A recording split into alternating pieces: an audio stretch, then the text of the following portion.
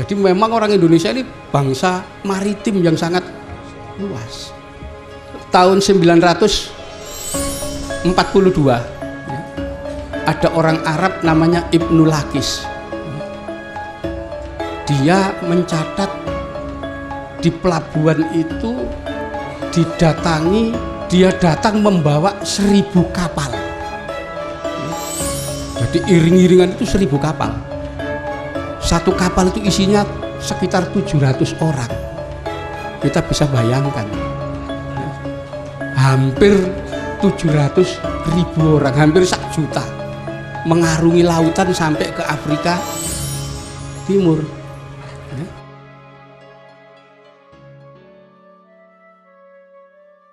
Dalam sejarah ada seorang ratu yang pertama kali menyatukan Nusantara. Ya. Jadi kita kan hanya mengenal bahwa pemersatu Nusantara itu Gajah Mada yang pertama. Enggak. Yang pertama kali menyatukan Nusantara itu namanya Rakai Mataram Ratu Sanjaya. Ya. Dia berkuasa tahun 732 Masehi sampai tahun 754 Masehi. Wilayah kekuasaannya sampai ke Thailand Selatan. Ya. Karena itu di Thailand Selatan sekarang itu ada kota namanya kota Chaya. Itu sebetulnya lidah orang Thailand menyebutkan kota Jaya Sanjaya. Ya. Ada prasasti Ligor di sana, ya. Menunjukkan bagaimana anak didikan Sanjaya yang namanya Wisnu Dharanindra itu menguasai wilayah itu. Ya. Nah, itu sampai ke sana kekuasaan itu. Ya. Nah, karena itu jangan kaget kalau Raja Thailand yang berkuasa sekarang itu sebetulnya dinasti Suwarnabhumi, keturunan Wisnu Dharanindra dari Sriwijaya. Ya. Tapi dulu kekuasaan di sini. Kenapa? Karena Wisnu Dharanindra ini wangsanya dari Sailendra. Ya, karena berkuasa sampai. Kemudian ada lagi raja-raja di Kamboja. Itu dimulai dengan tokoh namanya Jayawarman kedua. Ya. Itu tahun 872 sampai tahun 918. Jayawarman II. Tegas-tegas disebutkan dalam kronologi silsilah raja-raja Kamboja. Jayawarman ini asalnya dari Jawa. Ya, jadi Norodom Sihanouk itu leluhurnya orang Jawa, Jayawarman II. Proses itu. Jadi orang Jawa ini dulu ya ekspansi kemana-mana. Ya. Sampai tahun 832 itu nyerang daerah Tonking, Cina Selatan. Ya. Masuk ke sana. Jadi ekspansi seperti itu. Jadi memang orang Indonesia ini bangsa maritim yang sangat luas. Ya. Misalnya saja tahun 942 itu di daerah Malindi, ya, Malindi itu Afrika, Somalia sekarang. Ya. Ada orang Arab namanya Ibnu Lakis. Ya. Dia mencatat di pelabuhan itu didatangi orang-orang, dia nyebut ya wah-wah, ya. Mungkin yang dimaksud Jawa, tapi dia nulis wah-wah. Ya. Dia datang membawa 1000 kapal. Ya. Jadi iring-iringan itu 1000 kapal. Satu kapal itu isinya sekitar 700 orang.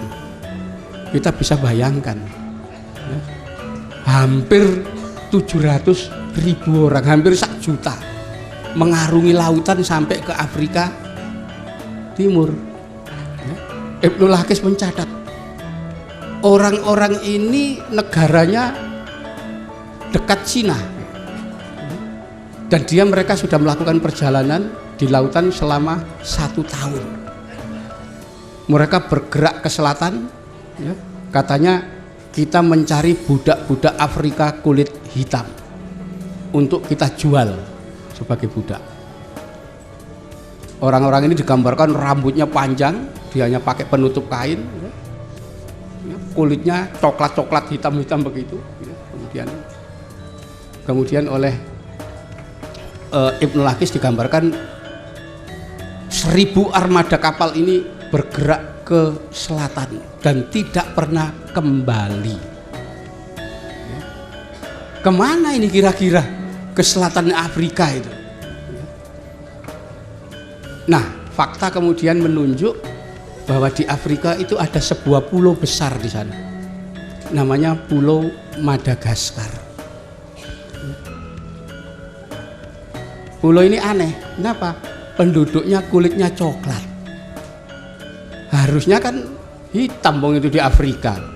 Pulau ini enggak, kulitnya coklat. Kalau ngomong banyak kosakata bahasa Jawa. Ya. Jadi saya kebetulan di Unibro itu ada anak dari Madagaskar, ya, kuliah di sana. Saya dikasih kamus bahasa Madagaskar.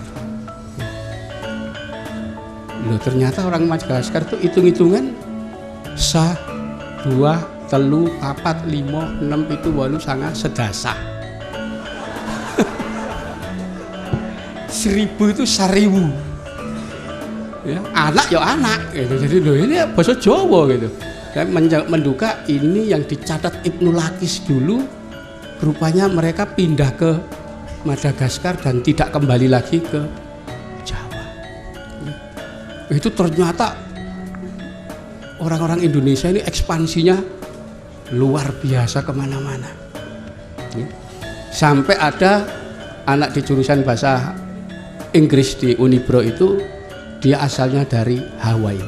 Dia mengatakan juga Hawaii itu bahasa setempat di sana. Artinya Hawaii itu tempatnya padi, sawah, sama dengan sawah. Ya.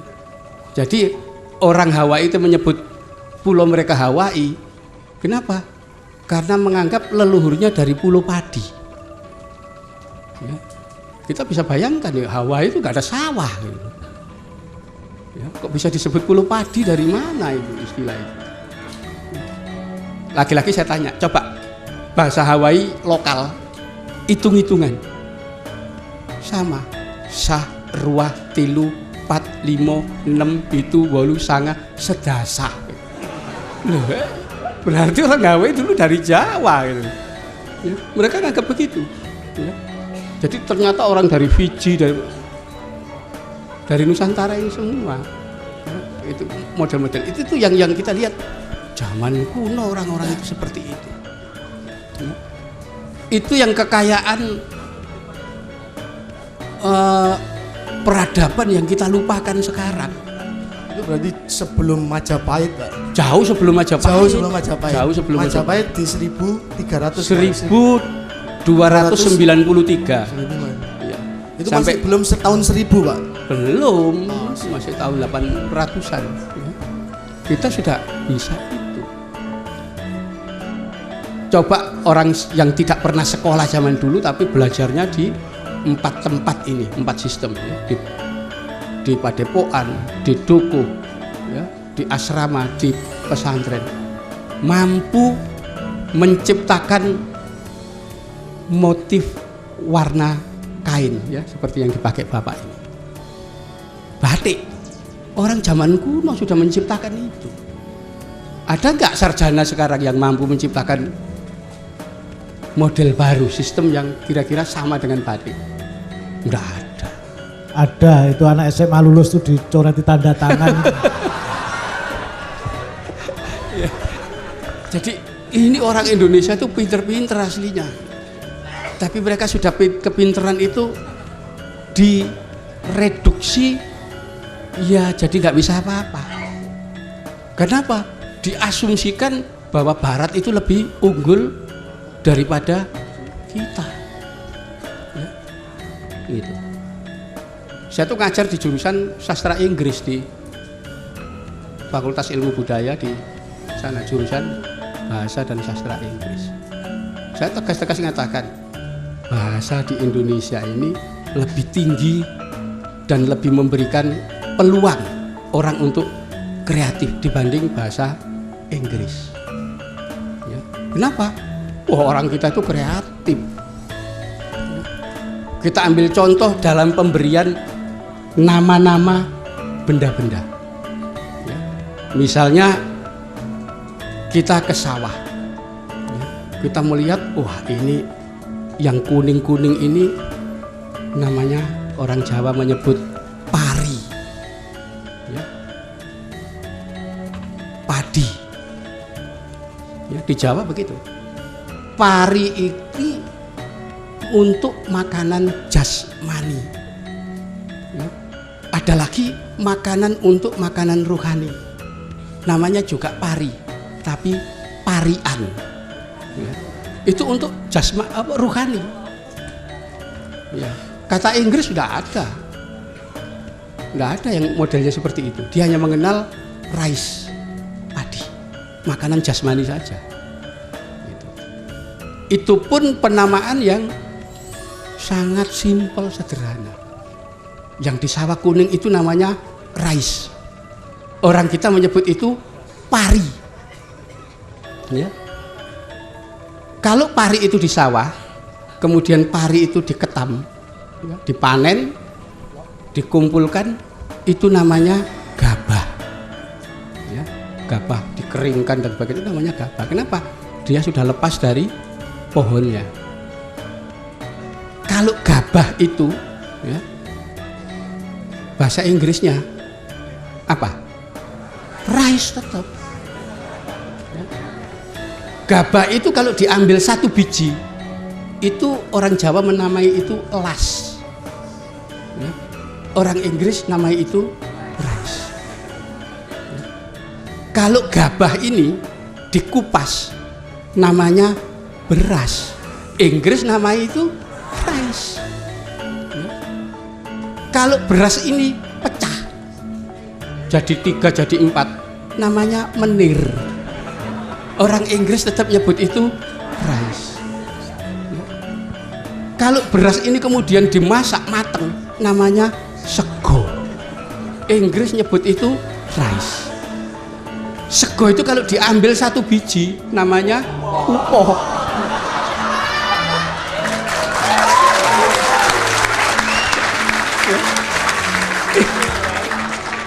Inggris tetap nyebut itu rice. Di situ. Ketika dimasak ya nasi liwet itu namanya sego liwet. Inggris tetap nyebut itu rice. Ya. Nanti kalau nasi di PP jadi karak, di sana juga rice. Ya, ada karak.